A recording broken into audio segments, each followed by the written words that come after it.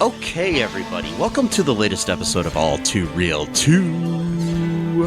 My name is Michael E. Cullen II, and with me, as always, via Zoom is Matthew, our man, Haas. You are the man of the hour. Yep. The one, the only. Matthew, our man, Haas. I like that, actually. Our man, yeah. So, yeah, today on the show, we are covering the September 14th, 2021 episode of Stargirl. And this is episode 6 of season 2, entitled Summer School Chapter 6. It was directed by Walter Carlos Garcia and written by Paul Sevenbergen. I don't know. Anyway, so, what'd you think of this episode, Matt? Oh, man, I was floored. This was a great episode. Yeah, this is my favorite so far, I think. Yeah, it's, the last 2 episodes have just been, like, super intense. You know, Eclipso's gaining more power. He's wreaking havoc around the town, causing the weather to have strange patterns, taking over a person's body at one point. Yeah. It's they're really going in on the horror aspects, because Eclipso is basically that kind of a character. He's evil incarnate. I did some reading from the comic books about him, by the way. So, I guess according to the lore, Eclipso is actually, his origin story is that he was the spirit of the wrath of God, right? So he was basically meant to punish evil, but then he got a taste for it, so he started actually corrupting people to do evil so he could then punish them. And God was like, no, you can't do that. And then that's how he got his power, and then he just became more and more evil. I mean, there's probably different, like, versions of that, like, because I know, like, comic books have, like, 75 different stories, you know what I mean? Like, yeah, so he's kind of like a Satan sort of character in certain ways, but not, you know, fully. Yeah, a little bit. Yeah, but then he got a taste for evil himself, and he wanted to corrupt people, so then he could, like, almost like smell the evil off them, and then he could sort of like ingest that, and then, you know, he could like just become more and more entrenched, you know, into that. So that's the kind of character he is. So they're really going all in on have you ever been like the horror aspect. Have you ever been like really hungry and nothing seems to satisfy you? Yeah. Maybe that's evil we've been craving that we want to eat. Maybe. Like tonight, actually, I had a really stupid dinner tonight. Like, I mean, I was like, I ate it, and I'm like, okay, this sustained me, but I didn't really enjoy this. Like, yeah. Like the other day, I was sitting here, I was like, I'll try a cookie. No, that doesn't satisfy me. Maybe I'll make some pizza rolls. No, that doesn't satisfy me. Nothing did. Right. I was still just feeling hungry, even though I was full. It was just weird. That's what it is, because you eat something that you don't like, and that's a very privileged, you know, thing to have, is to be able to actually care about what you eat. You know what I mean? Like, you know, otherwise it's like, just give me whatever you got. You know, I'm starving. You know, like, a bowl of chicken broth, or you know, or whatever. For protein and all that stuff. But with a side of evil. With the side, so Eclipso, he's basically at a buffet where he doesn't really like what he's eating. He just eats it anyway, hoping that he's going to get something that he likes finally. No, okay. That's what it is. It's Yep. Evil Buffet, or Eclipso's Buffet. Eclipso's Buffet. That's my new band name. Yes, they're going to open up for, was it Mushroom John or Yeah. or yeah, And Gator Smoke. And Gator. I'm still working on some Gator Smoke songs. I'm still working on the logo, folks. Don't worry, we'll get it out there eventually. So just been busy and forgetful. Anyway, so the so in this episode here, Matt, we have a situation where okay, Beth is still struggling to get her parents to talk to each other. And while this happens, she is talking on the phone, trying to get a hold of Rick to talk things out. And a baseball comes flying at her phone and knocks it out of her hand. And then we see that it was Artemis that threw it. And so she's being threatened by her. While Yolanda's working at the diner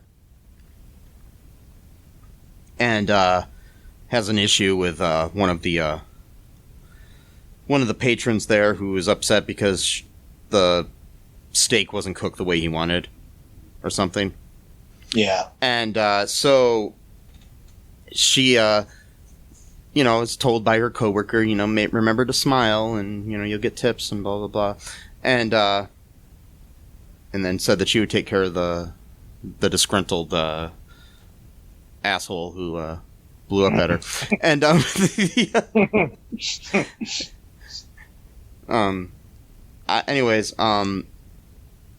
so she goes to wait on somebody else, and it's Isaac sitting there by himself in a booth.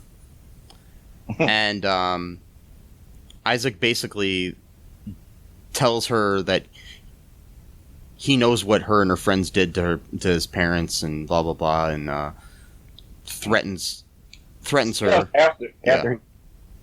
No, go ahead. I would say that's after he's like sexually harassed her. Yeah. Guy's a creep. What did he say? What did he say? Sexually harassing? Oh yeah, he was talking. Oh yeah, he talked about the fact that he's like, I've seen the pictures. Yeah. Because she took a nude, not even a semi-nude photograph of herself for her then boyfriend. Yeah. Whatever his name was, forgot his name, Henry, and then Cindy Berman Blasted got a hold of it. Yeah.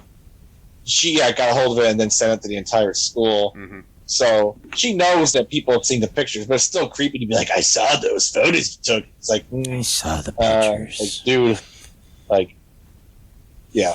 It's creepy. Anyway, so, It is. So, then we cut to, Courtney and Pat are, cleaning up, Blue Valley High after the incidents of last week. And,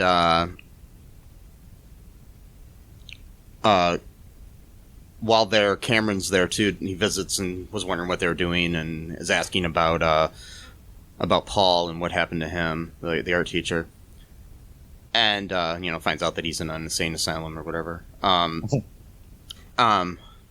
psychiatric hospital, whatever you want to call them. Anyways,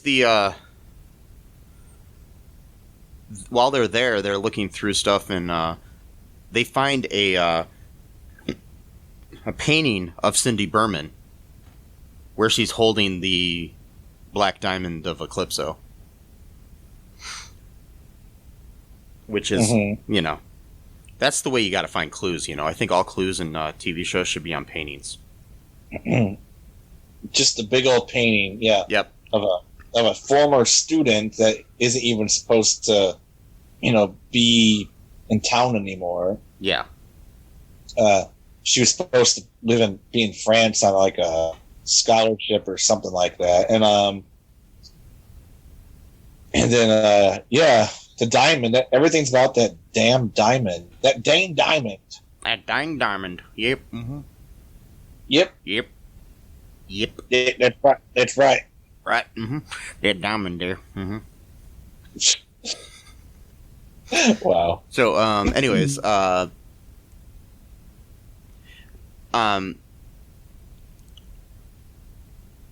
So they decide to they decide to leave because they figure out what's going on, that they need to try to figure things out. So Pat and Courtney say that they're going to meet up at the pit stop, and so Pat goes there, where he is ceremonially attacked by Isaac and Artemis, and then they destroy Stripe. Yep. While this is going on, Mike is at the junkyard looking for some things to, help and maybe build something for Stripe to help the team out and everything. And while there, Cindy ends up abducting him. Right. Yeah. Yep. So she really didn't want him for the team. I don't buy that. Okay, I noticed what she said, and I wanted to. As soon as I saw that, I was thinking, I'm like, I got to talk about this with Mike, because I don't buy that whatsoever. But yes, go on. What she said, yeah. Yeah, she said she didn't want him from the team. That he's not good enough, basically. That he's useless like his dad. Yeah. Which you want to hear? Not really. No. Yeah.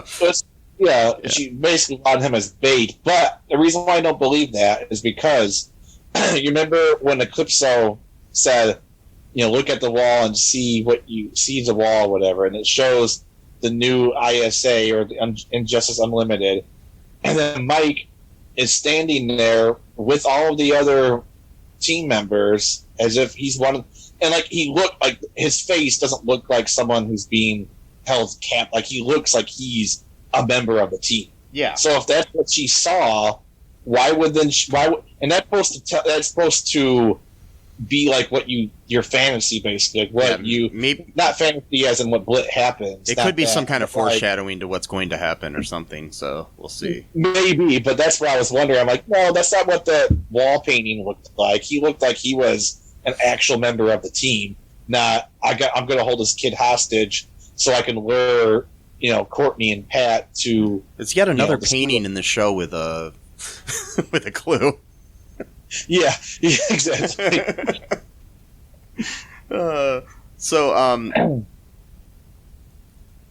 Basically, so she abducts Mike and uses him as bait to get Courtney to meet at the high school cafeteria.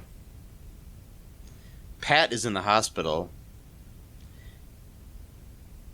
which sucks, because he got beat up pretty bad and has a concussion.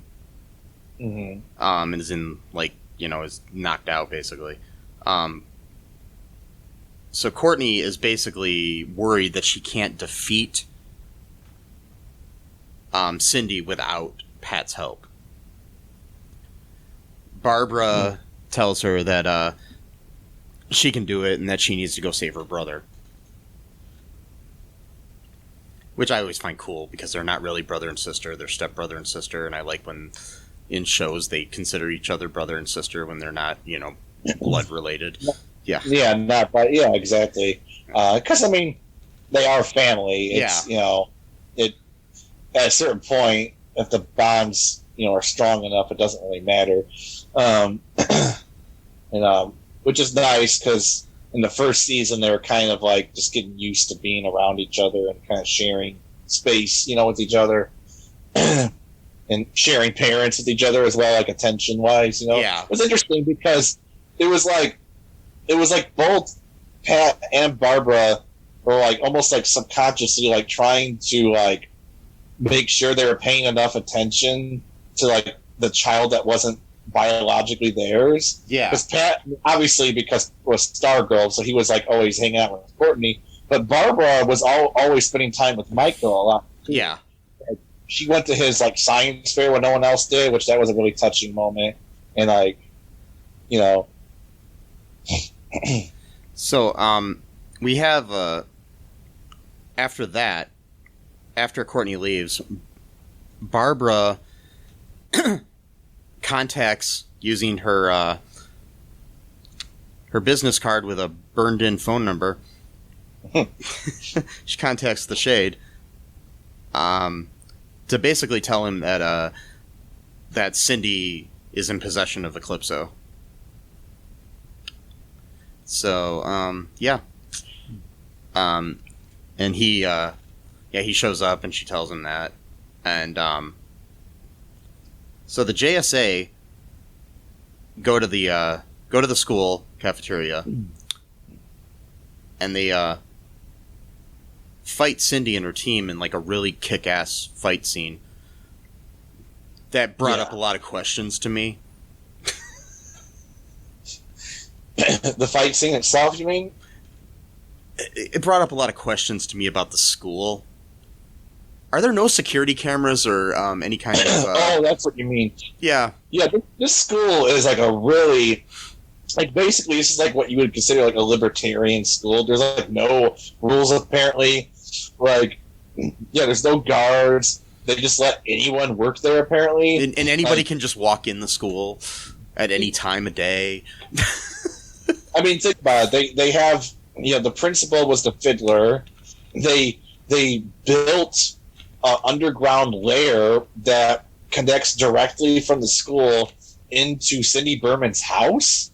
Yeah. So technically, Cindy Berman could just show up to school from her own house. Mm-hmm. Okay, that's interesting. And then the custodian / janitor was Shiny Knight, which was literally a knight from like the Knights of the Round Table. But even, I mean, just even like if you disregard all that, it's just like, where's this fucking security? Yeah, and it didn't even look like they like beat him up or killed him either. There's no one there. Yeah, that school is, I don't know, that school's weird. Yeah.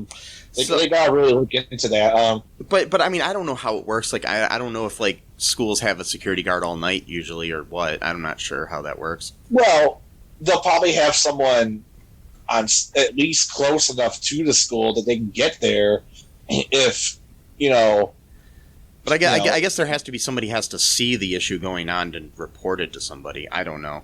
It's probably, who knows? This is Blue Valley. Anything, I guess, is possible in Blue Valley, including lax security. So, if you work at a high school or anything and you're listening to this, please message me at mike@cullenpark.com and let me know how the security works at your school. Because I'm just trying to figure this out, especially if you're like in a smaller town. Do you want to take a quick break here, Matt, and then we'll come back and talk about the rest of this episode? So we'll research high school security. Maybe. We'll be right back. That won't be suspicious on like a Google search. Like high school security systems. Yeah, I really don't want the FBI knocking on my door anytime soon or anything. So, or the local police. By the way, my next search is like chemical warfare, or And then it's like, what is iCarly about? No, I'm joking. So it's just what the hell? We'll be right back. Yeah. We'll be right back, folks.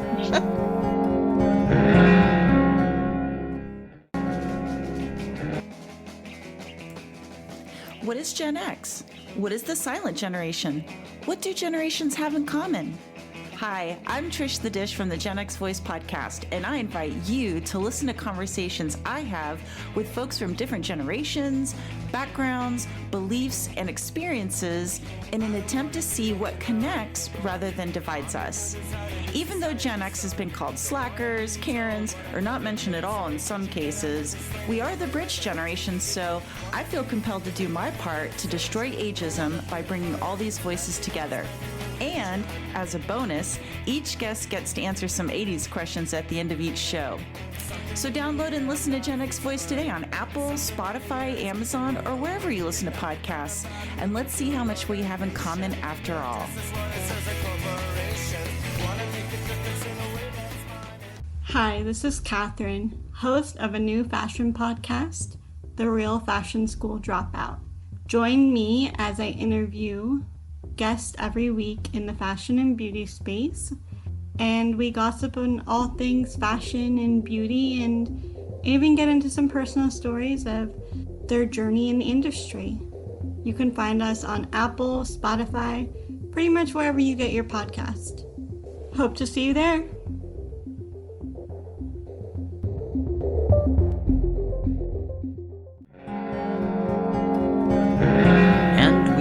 are back. Yeah. So during the break, I was researching mustard gas, like you said, and then puppies, and that's not suspicious at all. Wow. We got to do some testing of our products. Whoa. I wasn't looking up either one of those things, so Yeah. Neither was up. But I think it'd be interesting. It's interesting because like I do some weird research. Like I'm writing a horror film right now, and I've done some research on different things about murder. and about the specific topic that I don't want to reveal about my script right now too. So it's just going to be really weird if somebody looks at my history and they try to.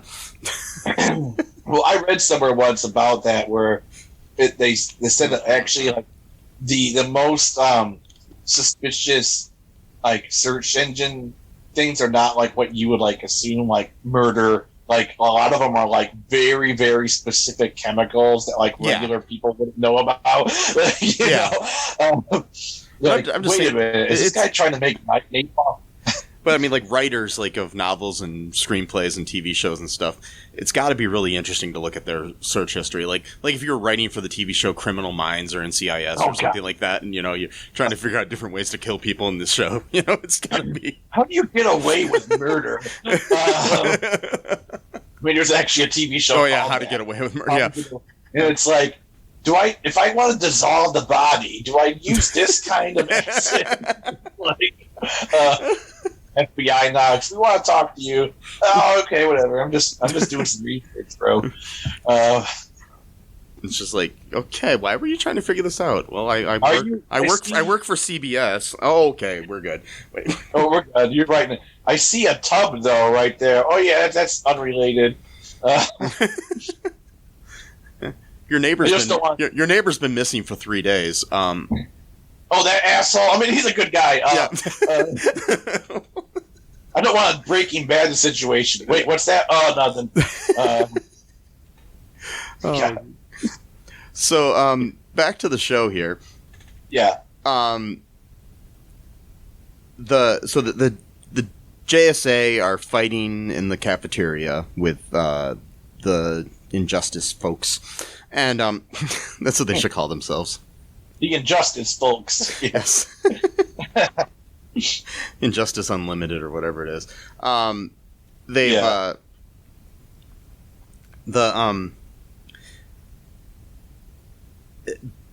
this is happening, Beth ends up freeing Mike, who at first says, "Took you long enough." Yeah, I know. Like, fuck you, Mike. Fuck you. Fuck you, Mike.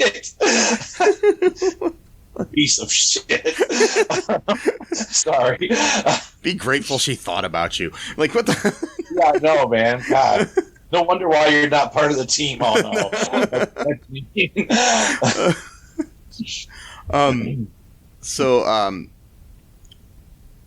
So they end up like the Shade shows up and intervenes when Cindy's attempting to use the finally attempts to use Eclipso, which I'm like, why didn't she use it earlier? But anyways, yeah, exactly. I mean, it's just like, you're an idiot.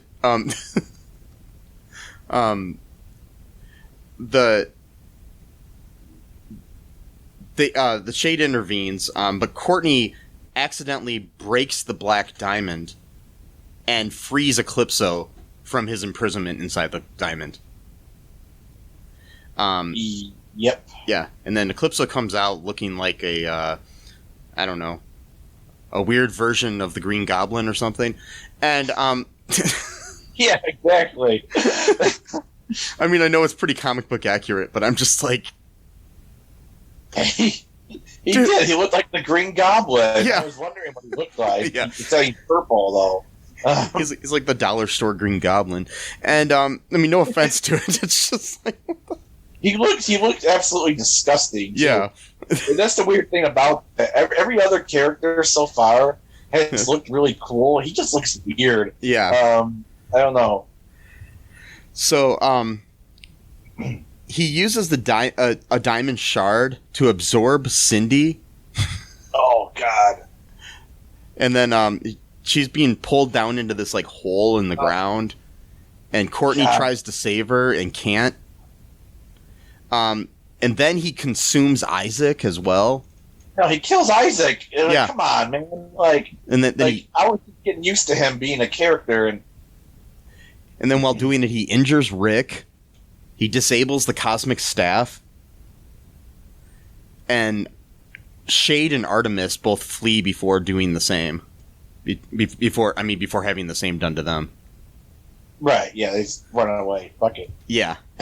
Fuck it. Artemis has been part of the team for what, like 2 days? Yeah. You don't really have that much loyalty, Yeah. To a team where you're like the only surviving member. Hopefully they're not really dead, because like Isaac, like they've been setting him up as a villain for since the last episode of season 1. Yeah, and they give him like one big fight scene and that's it. I really hope. I don't know, because they've done that before. I mean, his mom, she only got to be like in one episode where she got to actually really show off her powers, and then she was killed by Artemis's mom, Tigress. So that family just doesn't have any good luck, I guess. But yeah, it's hard to say what's going on. I mean, I hope that they're not dead.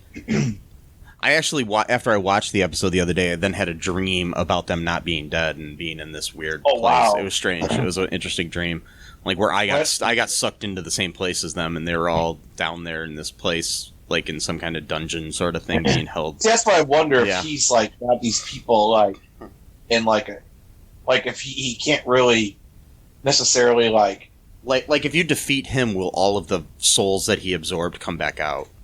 See, that's what I'm wondering. I'm wondering if that's what's going to happen. I hope so, because like it just does seem kind of like he doesn't seem like he's all powerful. So like I wonder if he's just essentially imprisoning these people and using their souls. Like not so much that he owns them, but like he just is in possession of them, right? So like they still need to technically be alive in order for him to just use that power. Hopefully, because like I got a thing with movie, like when someone's like in quicksand, like that, I don't know what it is. That thing always makes me feel horrible when someone's like pulling someone up, trying to. Yeah. I don't know what it is, but that particular type of death in like a movie or show has always like it made me feel like really bad for the person. Reminds me of John Mulaney's joke where he says that as a kid I thought as an adult I'd be a lot more worried about quicksand. Exactly. Because all the cartoons and TV shows you watch as a kid, everybody's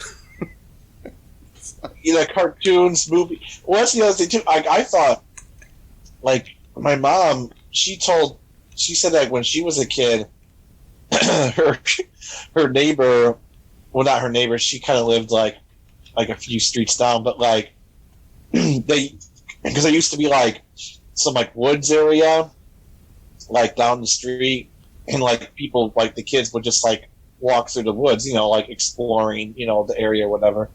But like sometimes, like if you went far enough down the woods, it would actually technically lead in to another person's house, and that was like kind of like their yard essentially, even though it was like woods. So like the kids would always, like, the lady would get kind of mad, like all these kids were like technically going into her yard all the time. So she told them that if they go further enough, there's quicksand there, and it will suck them in.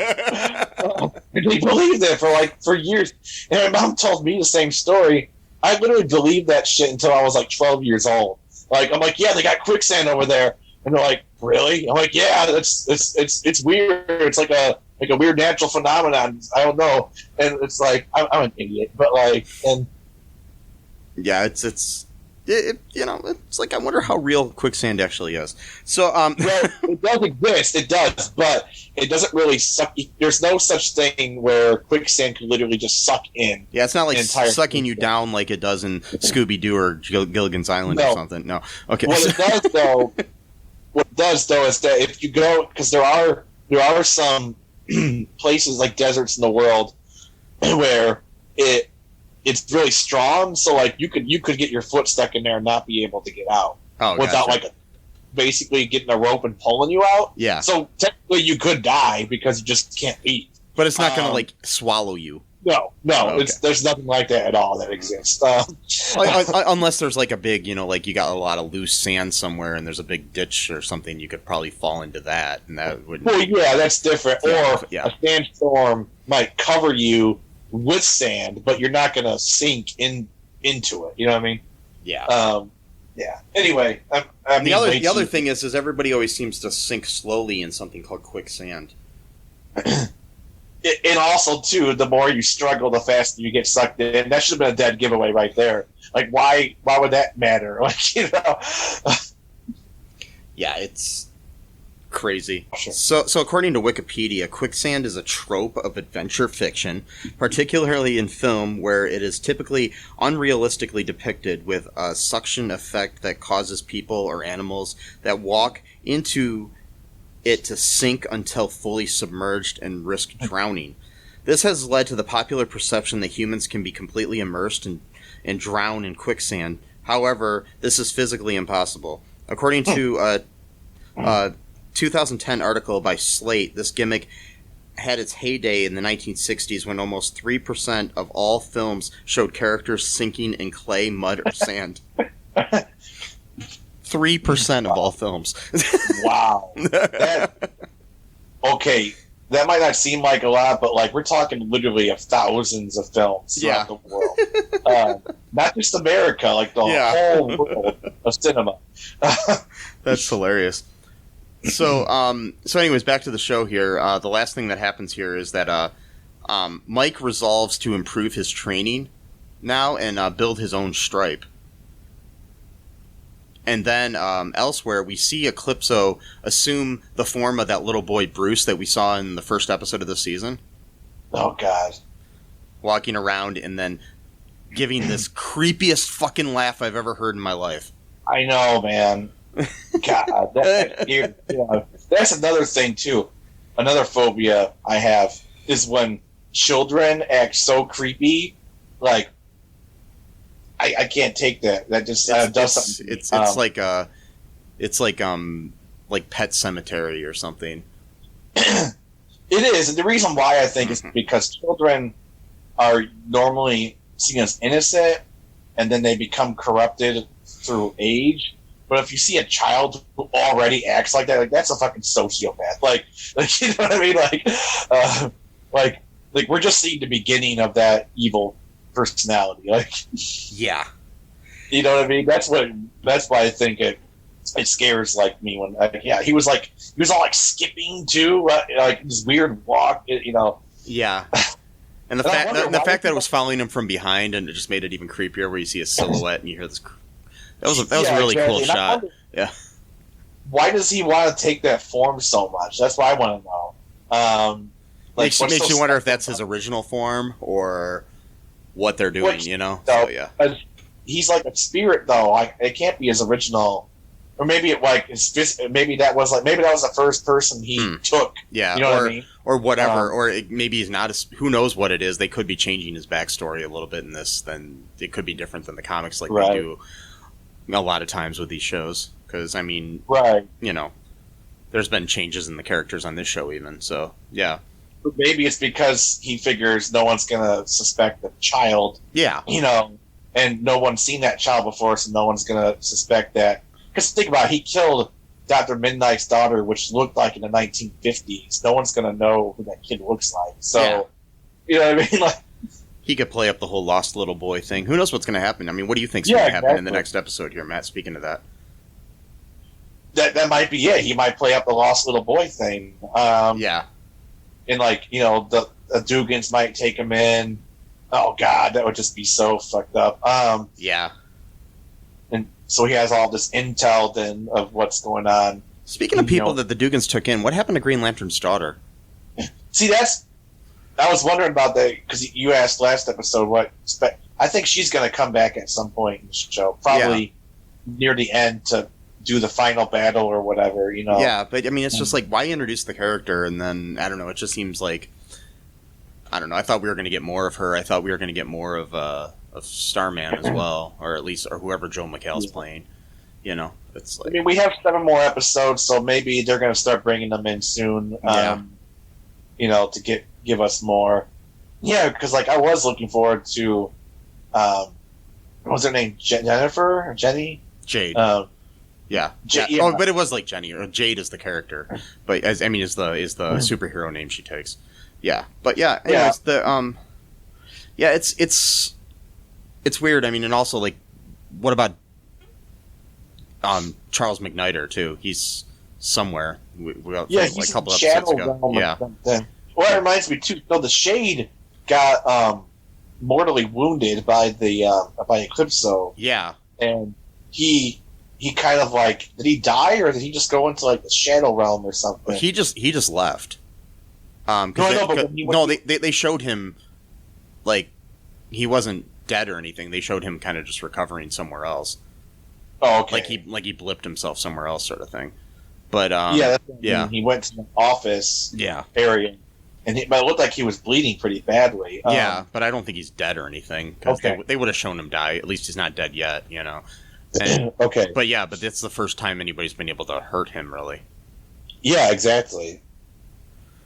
Yeah, we'll have to see what happens in the next episode, which hopefully we'll cover soon. Any other thoughts here before we wrap things up, Matt? No, I think, no, I can't think of anything right now. Yeah, anyways, hope you enjoyed this episode, folks. If you did, please give us a 5-star review on Apple Podcast or anywhere you can review the show. That'll help people find us. I'd really appreciate that. I mean, I'm not being facetious here. I do really appreciate it. And I'd like for you to check out our all2real2.com website. You can find links to all of our stuff there, like our TeePublic and our Patreon and YouTube channel and our Facebook group, All2Real2 podcast group. Our tube? Yep. Yeah, our TikTok, which I have no idea what we're doing with. I've got one video up there. Oh yeah? Yeah, it's just it's just advertising one of our former episodes. Oh, okay. That's cool. That's all. Yeah, Yeah. As Dennis Reynolds says, we're 5-star men, so give us a 5-star, please. Yes. You should always follow the advice of Dennis Reynolds. Almost never followed the advice of Dennis Reynolds. But like, unlike Dennis, though, we won't like fall apart if you don't give us a 5-star, so that's okay. Yes. We're not gonna like have like a breakdown or anything like that. Yes, we will not. No. Anyways, folks, hope you enjoyed this, like I said, and do me a favor and get vaccinated if you haven't. Please. Yeah. Believe science, not your third cousin's friend from high school, and that you saw on Facebook or whatever. Wear a mask. Wear a condom. That won't help with COVID, but just do it anyways. Yeah. Anyways, till next time. Bye-bye. Thanks for listening to All Too Real 2 podcast, a Cullen Park production. Produced and edited by Michael E. Cullen II. Music by Matthew Hawes. Subscribe and share the show. Visit us at cullenpark.com.